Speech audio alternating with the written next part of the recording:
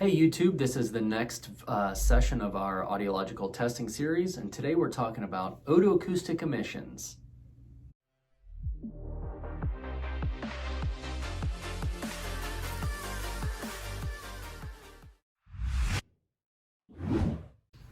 Hey, I'm Dr. Michael Squires. And I'm Dr. Carly Squires. This is Dr. Squires Squared. This is a channel where we have candid and casual conversations about anything, everything audiology.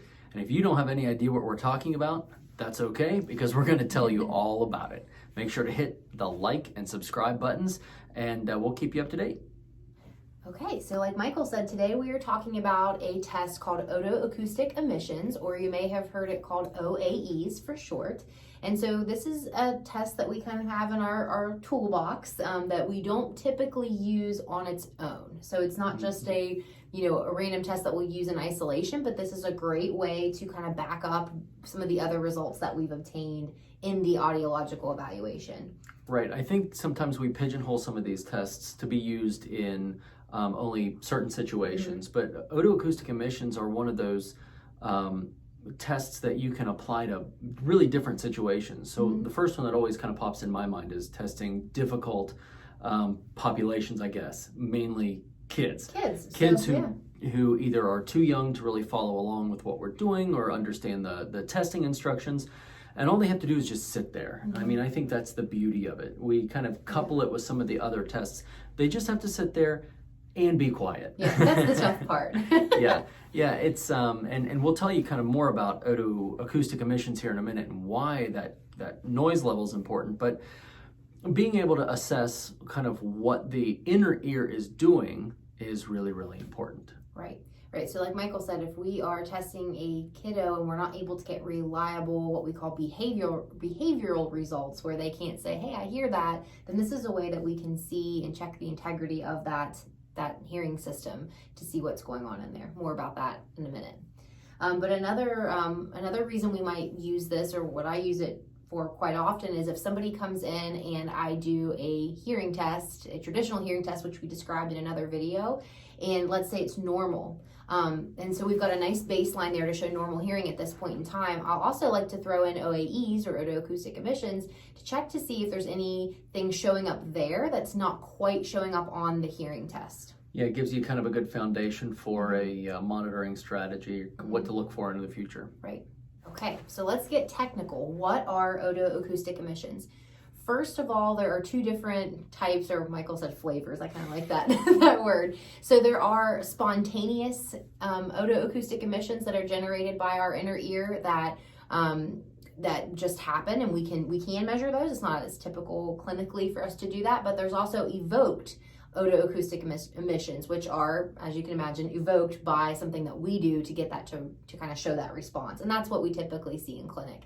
When we are describing otoacoustic emissions, or OAEs, to a family or to a patient, we may use things like, we're going to put some sound into your ear and we're going to see an echo come back or a response come back. You don't have to do anything. You can just sit, stay quiet, and we're going to be taking those measurements of that evoked response from your inner ear without you having to respond. That's a really good way to explain it to family members or parents or something like that. What we know on our side is it's far more in depth than just that. There's two different types of evoked otoacoustic emissions. Like Carly said, there's the transient evoked, but then there's also a distortion product. In our clinic, we tend to use the distortion product more frequently, just because we can get a little bit more accuracy out of the frequency specificity. The transient evoked, it usually uses like either a tone burst or a click, and it's more of a broadband signal. It's used clinically as well, but probably less so than distortion product. So when we're talking about a distortion product, we're putting two sounds into the ear at the same time.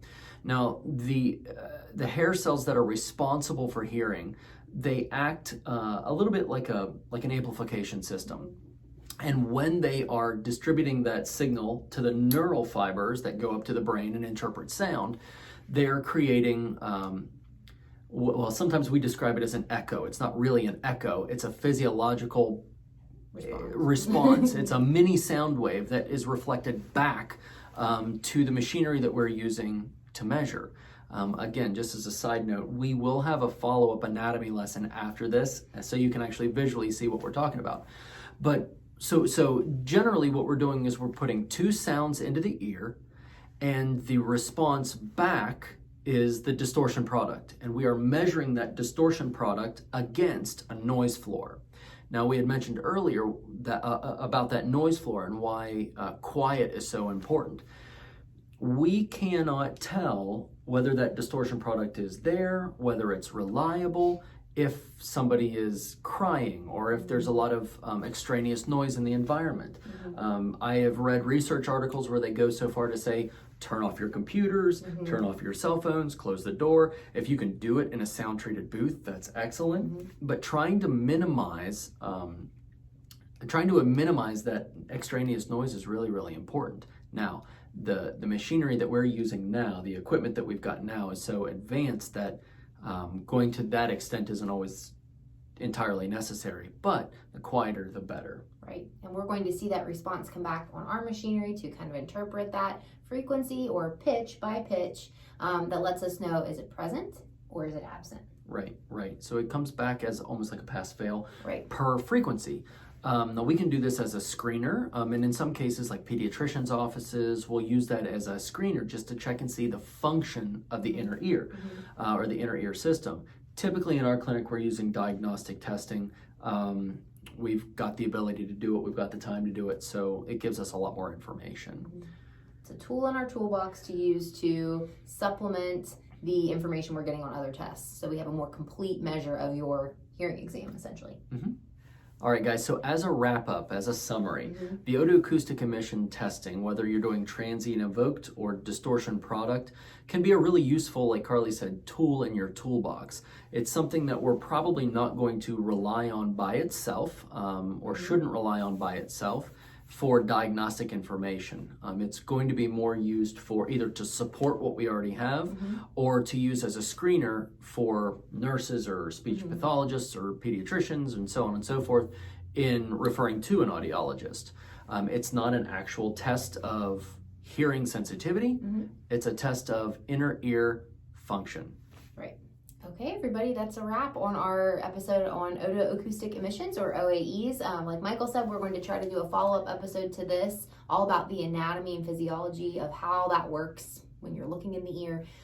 So we'll get that to you as soon as we can. If you have questions or comments about this or any other topics related to audiology, just send us an email at info@hearwv.com. You can call our office at 304-428-2403. Don't forget to like and subscribe and all that good stuff. Comment, share it. And until next time, we'll see you. See you guys.